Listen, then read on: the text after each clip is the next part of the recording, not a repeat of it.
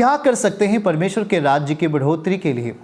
आपको एक बार सोचना जरूर चाहिए, क्योंकि जब हम उसके बारे में सोचते हैं कि हे प्रभु मैं तेरे लिए क्या करूं, उसी समय प्रभु अपना आइडिया, अपना विचार आपको देते हैं। बाइबल का वचन कहता है कि वहां पर 10 थे, 10 को एक एक सिक्के दे दिए गए और फिर कहा गया कि मेरे आने तक, मेरे लौट आने तक इसके साथ तुम अच्छा व्यवहार करो और हमें प्रतिफल के साथ दिखाई पड़ो। और जब वहाँ पर हम देखते हैं कि जब वो मालिक आता है और सबको चेक करता है, सबको देखता है, तो वहाँ पर एक ने एक सिक्के से 10 कमा लिया था और एक ने 1 से 5 कमा लिया था और एक ने सिक्के को अपने रुमाल में उसको लपेट करके ज़मीन के भीतर गाड़ दिया था। अगर हम आपको ध्यान से देखें तो वहाँ पर वो एक जो 10 कमाया था वो 10 राज्य का अधिकार युक्त व्यक्ति बना। उसके जीवन में आनंद और शांति बहुतायत से गई और परमेश्वर ने उसकी प्रशंसा की। एक ने 5 कमा लिया और वो 5 नगरों का अधिकारी बन गया और परमेश्वर ने उसकी प्रशंसा की और उसे बहुत बल देकर आशीष दिया।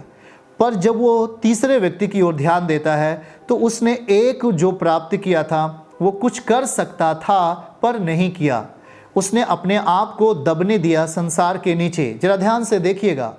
तब जिसको 1 तोड़ा मिला था उसने आकर कहा, हे स्वामी, मैं जानता था कि तू कठोर मनुष्य है, जहां नहीं छींटता वहां से बटोरता है। ये तो परमेश्वर कर सकते हैं, सही है। जहां वो नहीं छींटते हैं वहां से वो बटोर सकते हैं। फिर आगे क्या लिखा है, सो मैं डर गया। ये डरना ठीक नहीं है। अगर आप परमेश्वर के राज्य के लिए कुछ काम नहीं करते और डरते हैं, एक कोई मतलब नहीं है। और जाकर तेरा तोड़ा मिट्टी में छिपा दिया, देख जो तेरा है वो ये है। उस पर आलस्य का अधिकार हुआ, वे संसार के तले दब गया। वो इस संसार की तमाम बुरे चीज़ों के तले प्रभावित होकर दब गया और उसने उस पर काम नहीं किया जिस पर परमेश्वर ने उसे काम करने के लिए कहा था। वो काम नहीं किया जिस पर उसे कहा गया था। एक ने काम किया और वो 10 नगरों का अधिकार वाला व्यक्ति बन गया और वो बड़ा ही आनंदित कर दिया गया परमेश्वर के द्वारा और बड़े अधिकार के साथ और बड़े ही एडवांस के साथ परमेश्वर ने उसे बरकत और आशीष दी। एक ने 1 से 5 कमा लिया, अर्थात उस पर काम किया और वो 5 नगरों का अधिकार युक्त व्यक्ति बन गया और एक व्यक्ति ने उसे छुपाकर मिट्टी में गाड़ दिया। ये आपने सही नहीं किया। आपने अपने जीवन गति को मिट्टी में दबा दिया। आपने अपने विश्वास की आत्मा को मिट्टी में जाने दिया और उसे दफना दिया। नो, ये तो हो गया आपकी स्थिति की, यहाँ आपकी स्थिति बुराई के अधिकार में चली गई। यहाँ आपका विश्वास संसार के अधिकार में चला गया।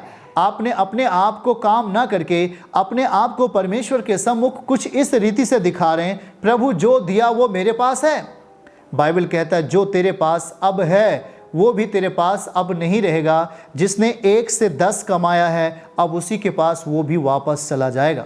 प्रिय भाई बहनों, आपको अपने जीवन में काम करने की ज़रूरत है। यदि आप खेत है आपके पास और उस खेत में अगर आप बीज ना बोएं तो आपके लिए कुछ भी सही दशा प्राप्त नहीं होती है।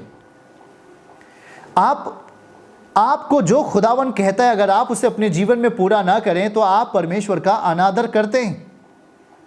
अगर परमेश्वर कह रहा होता है कि हमें पवित्रताई के साथ जीना है, हमें एक सच्चे व्यवहार में, हमें नियमित प्रार्थना के साथ जीना है, हमें वचन के साथ आगे बढ़ना है, हमें कलीसिया के साथ विश्वास योग्यता में बने रहना है, वचन के साथ अपने आप को बना के रखना है, आप उसका आदर कर रहे होते हैं जब आप इन सभी चीज़ों को पूरा कर रहे होते हैं। लेकिन जब आप कह रहे होते हैं कि मुझे प्रार्थना की ज़रूरत नहीं, मुझे पवित्रताई की ज़रूरत नहीं, अब मैं अपने मर्जी से जीऊंगी, अब मैं किसी का नहीं सुनने वाली हूं, तो आप एक बड़े धोखे के शिकंजे में आते हैं। आप एक बड़े पाप के अधिकार में जकड़े जाते हैं, जैसा बाइबल का वचन समझाता है। आप धोखे के शिकार होते हैं। जो कुछ भी आपके जीवन में होता है वो भी चला जाता है, वो भी परमेश्वर के द्वारा छीन लिया जाता है। हमें प्रतिफल के साथ जीने की ज़रूरत है। यदि मैं यहोवा का आदर करूंगा, यदि मैं परमेश्वर का सम्मान करता हूं, अब्राहम ने परमेश्वर का आदर किया और वह ऊंचा गिना गया। दाऊद ने परमेश्वर का सम्मान किया, आदर किया और वो एक राज सत्ता का अधिकारी बना।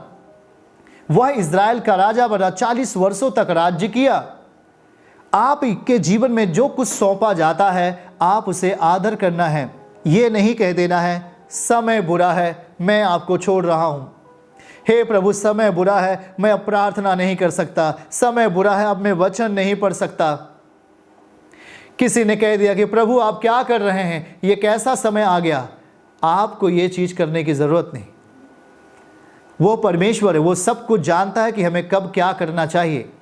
आपको क्या करना चाहिए, आपको क्या करना चाहिए। जागते रहो और प्रार्थना करते रहो ताकि तुम परीक्षा में ना पड़ो। हमारी ये आत्मिक दशा हमेशा बलवान होनी चाहिए और अपने आप को परमेश्वर के राज्य में कारगर करते रहना चाहिए।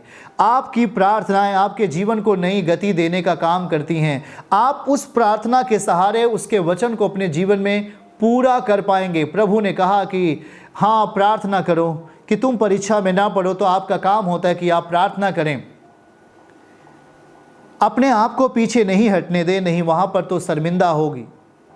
आप शर्मिंदा होंगे, आप लज्जित होंगे, लेकिन जब आप अपने आप को बरकरार रखेंगे और कहेंगे प्रभु तू मुझ पर अवश्य दया करेगा और मैं लज्जा छोड़कर मांगने के कारण मुझे सब कुछ मिल गया। अगर आप सोचेंगे कि हाँ ये तो ऐसे हो रहा है, ये तो ऐसा हो रहा है, अभी क्या हो रहा है, कुछ सही चीज़ें नहीं हो रही हैं, लेकिन आप सकारात्मक भावना में जिएं। यशायाह 29 अध्याय वचन 22 को हम पढ़ेंगे। हमारे साथ जल्दी से पढ़िएगा इस आयत को। लिखा है इस कारण अब्राहम का छुड़ाने वाला यहोवा याकूब के घराने के विषय यूँ कहता है, याकूब को फिर लज्जित होना ना पड़ेगा, याकूब को फिर लज्जित होना ना पड़ेगा, उसका मुख फिर नीचा ना होगा। आमीन। ये आपके लिए, ये हमारे लिए, फिर नीचा ना होना पड़ेगा, क्योंकि आपने परमेश्वर का आदर किया है, आपने खुदावन का आदर किया है, आपने उसका सम्मान किया है। हालेलुया। बाइबल का वचन कहता है कि जब वाचा का संदूक दाऊदपुर में आ रहा था तो वहाँ पर दाऊद ने कहा कि अभी नहीं, कुछ घटना है। कहता है कि अभी नहीं, कुछ घटना को देखकर कहता है अभी नहीं, पर 3 महीने ओबेदेदोम एक व्यक्ति था जो आराधना का एक मेंबर था, उसका घर पहाड़ों पर था। और बाइबल का वचन कहता है कि ओबेदेदोम के यहाँ वाचा का संदूक अर्थात परमेश्वर की उपस्थिति 3 महीने तक रही और परमेश्वर ने ओबेदेदोम और उसके पूरे घराने पर बहुत बड़ी आशीष दी, क्योंकि ओबेदेदोम ने परमेश्वर का आदर मान किया, परमेश्वर का आदर और सत्कार किया। उसे अपने स्वभाव से गुस्सा नहीं दिलाया, परमेश्वर को अपने चाल चलन से उसे क्रोध नहीं दिलाया। जैसा कि वचन में लिखा है कि यदि आज तुम उसका शब्द सुनो तो अपने मन को कठोर ना करो। आज जब आप परमेश्वर के शब्दों को सुन रहे हैं तो अपने मन को कठोर नहीं करें। हाँ भाई बहन, अपने आप को नम्र करें ताकि वो आपको ऊंचा करे, आपको आशीर्वाद दे, क्योंकि आपने उसका सम्मान किया है। आप कहीं भी जा रहे हैं उसका आदर ज़रूर करें, आप कहीं भी हैं उसको ज़रूर ऊंचा उठाएं, उसको महिमा दे हर समय हर घड़ी। दाऊद यही बात कहता है भजन 34 आयत 1 में। वो लिखता है कि हर समय परमेश्वर का महिमा करना चाहिए, उसका धन्यवाद करना चाहिए। और जब आप परमेश्वर का आदर मान करेंगे, उसका धन्यवाद करेंगे, वो आपको ऊंचा उठाएगा। आमीन। चर्च की सभी प्रार्थनाओं को और परमेश्वर के दास के द्वारा टीचिंग सुनने के लिए और अपडेट्स को जानने के लिए हमारे इस चैनल को सब्सक्राइब करें और साथ में बेल आइकन को जरूर दबाएं ताकि जब भी लाइव प्रार्थना हो तो सबसे पहले आप देख सकें।